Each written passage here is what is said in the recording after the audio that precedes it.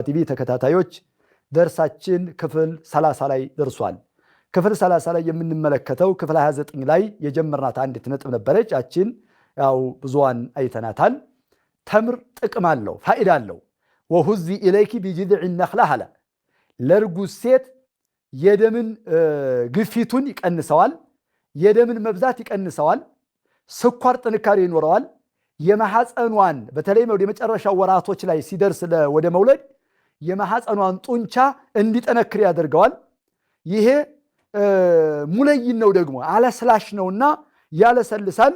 አመልየተል ዊላዳን ማሐፀንን ሁሉን አግራርቶ እነዛን ሁሉ ሰርቶ በደንብ አድርጎ ተንዚፍ አድርጎ አጽድቶ ቱቦቹን መስመሮቹን በሰላም እንድትወልድ ያደርጋታልና እርጉዝ ሴቶችም ይህንን መጠቀም ቴምርን መጠቀም አመል ዊላዳ ወይም ሸህረል ዊላዳ የሚወልዱበት ወር ላይ ወደ መጨረሻው አካባቢ ላይ ቢጠቀሙት ተጠቃሚ ይሆናሉ የሚለውን መልእክት ለመጨረስ ለመጨመር ያክል ነው። ሌላው ومن الآيات التي جمعت بين الأمر والنهي الله ባንዲት አያ ውስጥ አምርም ነህይም የሰበሰበባት አያለች። በእነዚህን አዟል፣ ይሄ ከዚህ ደግሞ ከልክሏል። ምን ይላል አላህ? ወኩሉ ወሽረቡ አለ፣ ብሉ ጠጡ፣ ወላ ቱስሪፉ እንዳታባክኑ፣ ከልክ በላይ ድንበር እንዳታልፉ፣ ኢነሁ ላ ዩሒቡል ሙስሪፊን ይላል። አላህ አባከኞችን አይወዳቸውምና እዚህ ላይ እንድንበላ እንድንጠጣ አዞናል። ለምንድን ነው? ለሰው ልጅ ሲበላ ሲጠጣ የሚኖርበት ሊቢናኢ ጅስሚህ አካሉን ሰውነቱን ለመገንባት የሚያስችል ነገር ስላለ፣ እዚህ ላይ ደግሞ በሚበላ ጊዜ ከልክ በላይ እንዳይበላ፣ በሚጠጣ ሰዓትም ከልክ በላይ እንዳይጠጣ ፊል ወቅት ነፍሲህ በዚሁ ወቅት ላይ ከልክላለች አያዋ አኒል ኢፍራጥ ወሰን እንዳያልፍ። ወለዓለ ሀዚህ ልአያ አሐቁ አን ቱዕተበር አሳሰን ለሐያት ልኢንሳን ለሰው ልጅ ህይወት ለሰው ልጅ መኖር አሳስ መሰረት የሆነች አያናት ተብላ ልትታሰብ ይገባል። ወዱስቱረን ሲሕየን ሊመዒሸትህ ለኑሮውም ደግሞ ጤናን በተመለከተ ህግ ልትሆነው ይገባል። ፈቀድ ሐወት ማ የሕፈظ ዐለ ልኢንሳን ሐያተሁ ወሲሐተሁ ወሸባበሁ ፊ አልፋظን ቀሊለትን ጀመዐት ዒልመን ወጢበን እውቀትን ህክምናን ሁሉን ነገር የሰበሰበች የሆነች የሰው ልጅ ሐያቱንና መኖሩን የምትጠብቅለት የሆነችን ሰብስባለች። በዚህ በትንሽ የርቡ ዐለማ ኩቲበ ሚን ፊ ዐሸራት ሙጀለዳት በብዙ ሙጀለዳቶችና ጥራዞች ከተጻፉ የበለጠ በዚህ ወኩሉ ወሽረቡ አለ፣ ብሉ ጠጡ አለቀ። ለምንድን ነው? ሊተዒሽ እንድትኖር፣ ሊተሕያ እንድትኖር፣ ሊተሲሐ ጤነኛ እንድትሆን፣ በቃ በዚህ እንድትሆን ዒልመን ወጢበን እዚሁ ላይ ያስቀመጠ። ከዛስ ወላ ቱስሪፉ እንዳታባክኑ አለ። እንዳታባክኑ ማለት ከልክ በላይ እንዳትበሉ፣ ከልክ በላይ እንዳትጠጡ። የሚጠጣውን በመጠኑ ጠጣ፣ የሚበላውን በመጠኑ ብላ። ሱሉሰን ሊነፈሲክ ወሱሉሰን ከዛ ወሱሉሰን ከዛ ብለው ነቢዩ ዓለይሂ ሰላቱ ወሰላም እንደነገሩህ ተጠቅመ ብላ ጠጣ። ፈከስረቱል አክሊ ወሹርቢ መብላትና መጠጣትን ማብዛት ቱፍሲዱል መዒዳ ውስጥ ያለውን ቱቦ አንጀቱን ያበላሸዋል። ወቱጥፊኡ ሐራረተሃ ሙቀቷን፣ ወቱድዒፉል ጅስመ ሰውነት ድክም ይላል። ጋዙ ሆድ ላይ ይበዛል አሉ። ወቱሰፊሩ ለውነ መልክን ደግሞ ወደ ሌላ ወደ ጣነት ይቀይራል። ወቱضይቁ ነፈሰ ትንፋሽን ታጠባለች። ወቢዛሊከ የድዑፉል ፊክሩ የሰውየው ማስተንተን አእምሮው ይደክማል። ዚህኑ ይሄ ወቃድ የሆነው ዚህን በጣም የሚንቀለቀል የነበረው የመረዳት አቅሙ ይጨሳል። የኽሚድ አለ ይጨሳል። ወየንሐጡል ኢድራኩ የመድረስ ሆነ ነገር ላይ ፈጥኖ የመድረስም ደግሞ አቅሙ ይምዘገዘጋል። የንሐጥ አለ ይወርዳል በቃ። ወልኢስራፉ ፊል አክሊ ምግብ ላይ እስራፍ ማድረግ ማባከን ዩአዲ ሐትመን ኢለሱምና አንዳንድ ጊዜ ወደ ውፍረትም ያደርሳል። ሰውነቱ ይወፍራል፣ ይገዝፋል። ወኩሉ ማ ዛደ ዐለል ወዝን ጦቢዒ ከተፈጥሮ አፈጣጠር በላይ ወዝን ላይ የጨመረ ሁሉ ከባድ ሸክም ነው። ዐለል አዕዳኢ ረኢሲያ ዋናዎቹ አካሉ በቁመቱ ልክ ይህን ያክል ተሸከም። አሁን አይታችሁ ከሆነ ሰምታችሁ ከሆነ በሕክምና ዓለም ላይ ያንተ ቁመት ሜትር ከ80 ነው። ይህን ያክል ኪሎ ነው መቀበል መሸከም የሚችለው። ቀንስ ኪሎህን ይባላል። አልሰማችሁም? ሆዱ ወደፊት ይሄዳል፣ እንትኑ ወደ ኋላ ይሄዳል፣ ሰውነቱ ይገዝፋል። ያን ሲሆን በቁመቱ ልክ የመሸከም አቅም የለውም። የመሸከም አቅም ሳይኖረው ደግሞ እግሬ ደነዘዘ ይልሃል፣ በሽተኛ ይሆናል። ምንድነው? ቁመቱ ልክ ተመጣጣኝ ያልሆነ ሰውነት ያልሆነ ስጋ ስለተሸከምክ ነው። ይህ እንግዲህ ሐትመን ይረሱምና ያመጣል።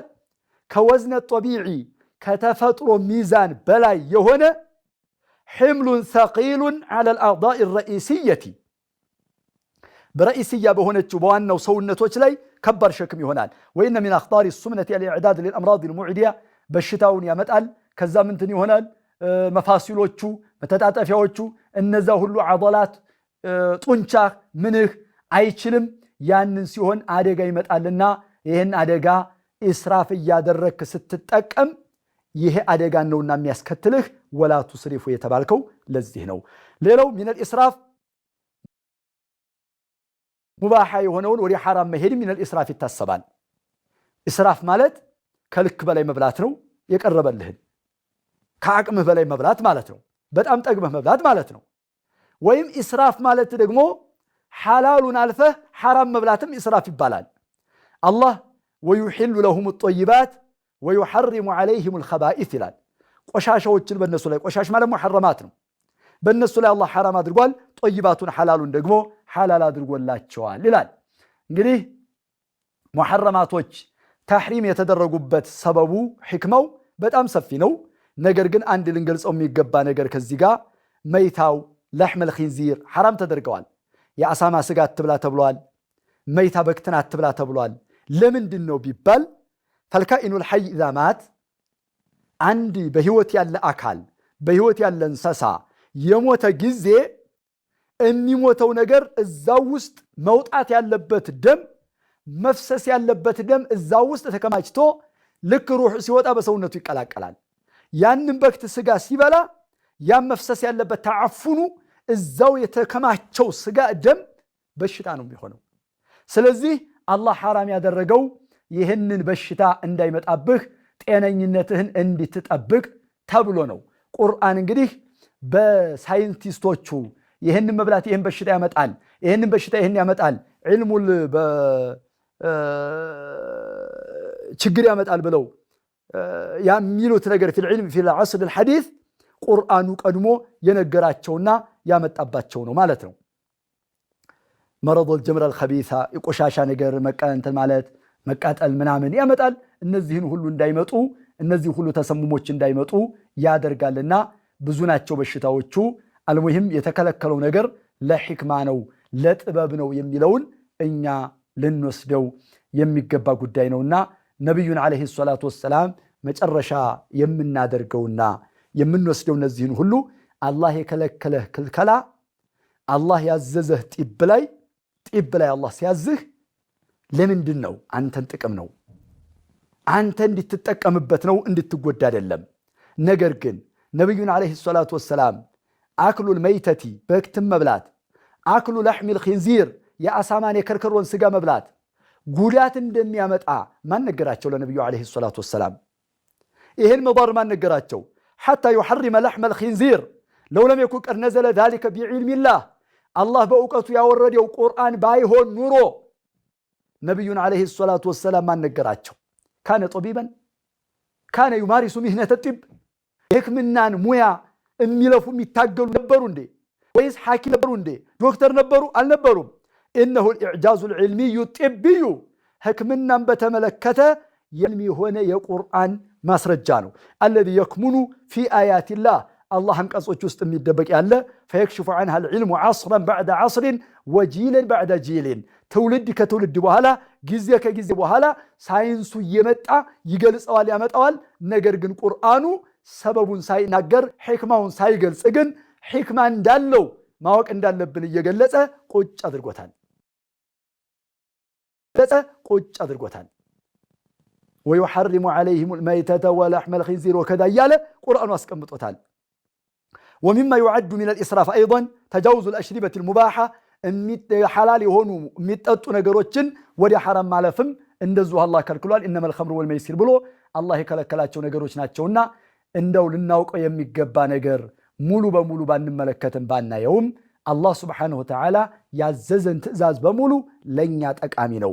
አላህ የከለከለን ክልከላዎች በሙሉ ለኛ ጉዳት የሆኑ ነገሮችን ነው የሚለውን ሕክማ መውሰድ ይኖርብናልና ጥንቃቄ ማድረግ አላህ የፈለገውን ከባሮቹ ዒልመል ሐዲስ አሁን ያገኘው በሐይዷ ሰዓት አንዲት ሴት ግንኙነት ማድረግ አላህ ከልክሏል። ይሄ ግን በጤና ላይ በእንትን ላይ ጉዳት ያደርጋል ያመጣል። ኢነል ሙዋቃዓተ አስናእ ፈትረቲል ሐይድ የምቁቱሃ ጢቡል ሐዲስ አሁን ዘመናዊ ሳይንቲስቶቹ ደርሰውበታል።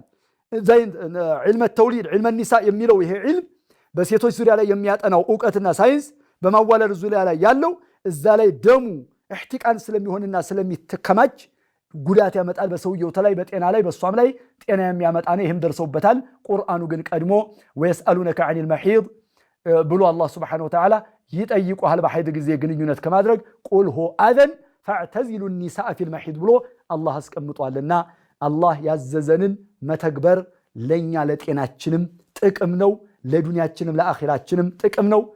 አላህ የከለከለንን መራቅ ደግሞ አላህ ጥቅም አድርጎልናል የሚለውን እንወስዳለን። ከዛ በኋላ ይሄ እንግዲህ ጢበል ዊቃኢ መጠንቀቅ ላይ ያየናቸው ናቸው።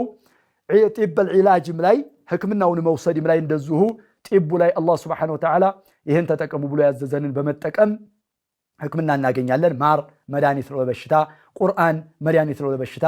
እነዚህን ፈውሶች ልንጠቀም ይገባል የሚለውን መልእክት ለማስተላለፍ ነው። ደርሳችን በዚህ ይጠናቀቃል። የዛሬው ደርሳችንም በዚሁ ይዘጋል። ኢንሻአላህ በሌላ ርዕስና በሌላ ጊዜ እስከምንገናኝ ወሰላሙ ዐለይኩም ወራህመቱላሂ ወበረካቱ።